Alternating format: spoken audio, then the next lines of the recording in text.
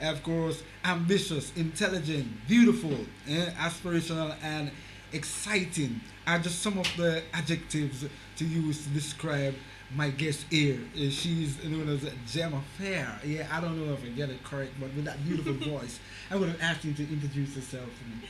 Of course. Yeah, go ahead. Yes, I am Gemma Feare, the current Miss Jamaica UK 2012 to 2013. That's Thank you for beautiful. having me on the That's show beautiful. today. That's beautiful. Tell me, the first thing I must ask you, how are you feeling to be on the program today?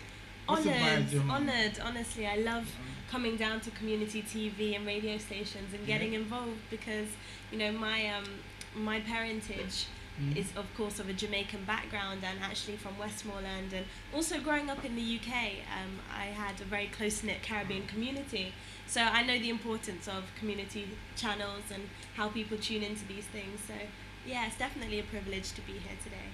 It's a privilege also to interview such a beautiful lady. Of course, she's reigning Miss Jamaica UK 2012 to 2013, and of course traveled the world, won awards, survived in 2005, tsunami, and all of those stuff. Of course, she's been there and done that. And what can you say about, of course, as a beauty queen, as a presenter? Presenter for what?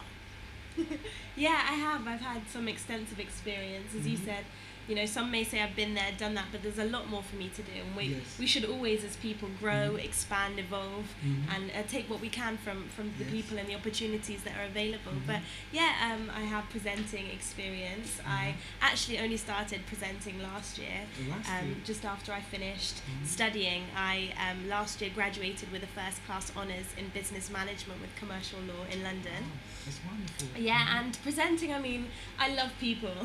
That's really what it comes down to, and I love talking to people, finding out some, about them and their background and how they got to where they are today, that sort of thing. So for me, I've thoroughly enjoyed presenting, and my first experience was the BAFTA Awards in the UK, which is the Black Entertainment, Fashion, Film, Television and Arts Awards.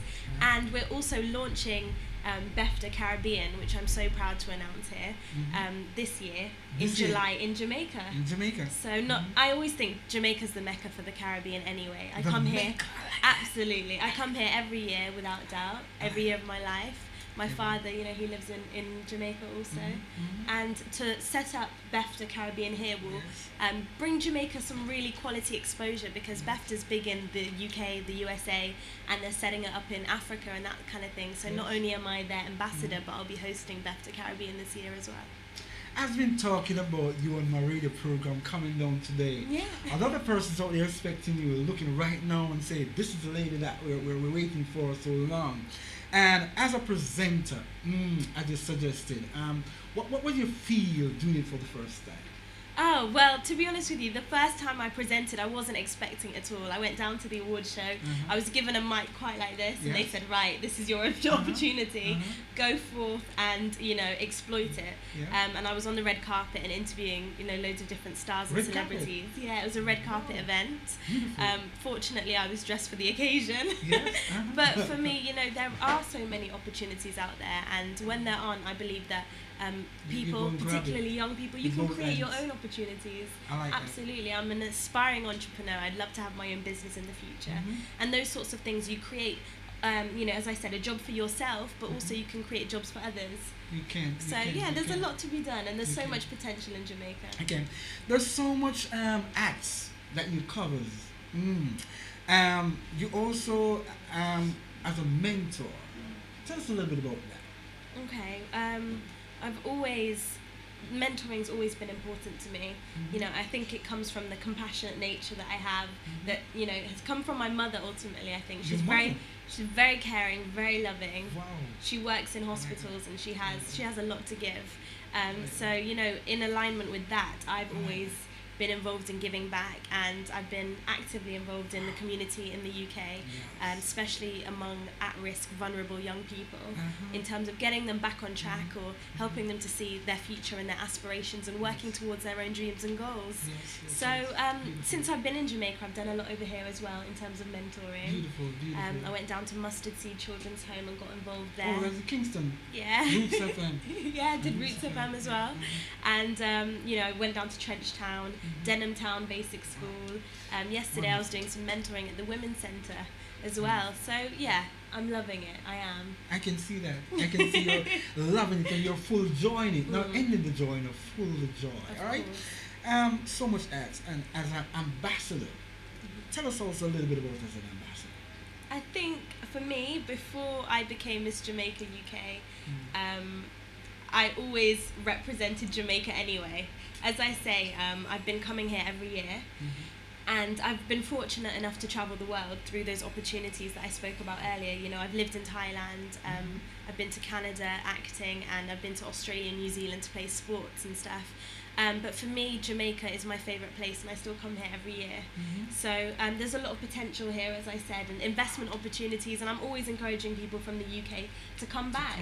Particularly Jamaicans in the UK, because some of them don't have that rootsy connection, or they don't know their heritage, or they're not proud of their heritage. So okay, I love that. Yeah, I try and get them to identify, connect, and come back and give back to the island. You know, and that's what you're doing right now. Yeah, and of course, this month is the Reggae Month and the African Month, Black History Month right here. It's a good time to have a beautiful African princess right here, of course, beauty queen.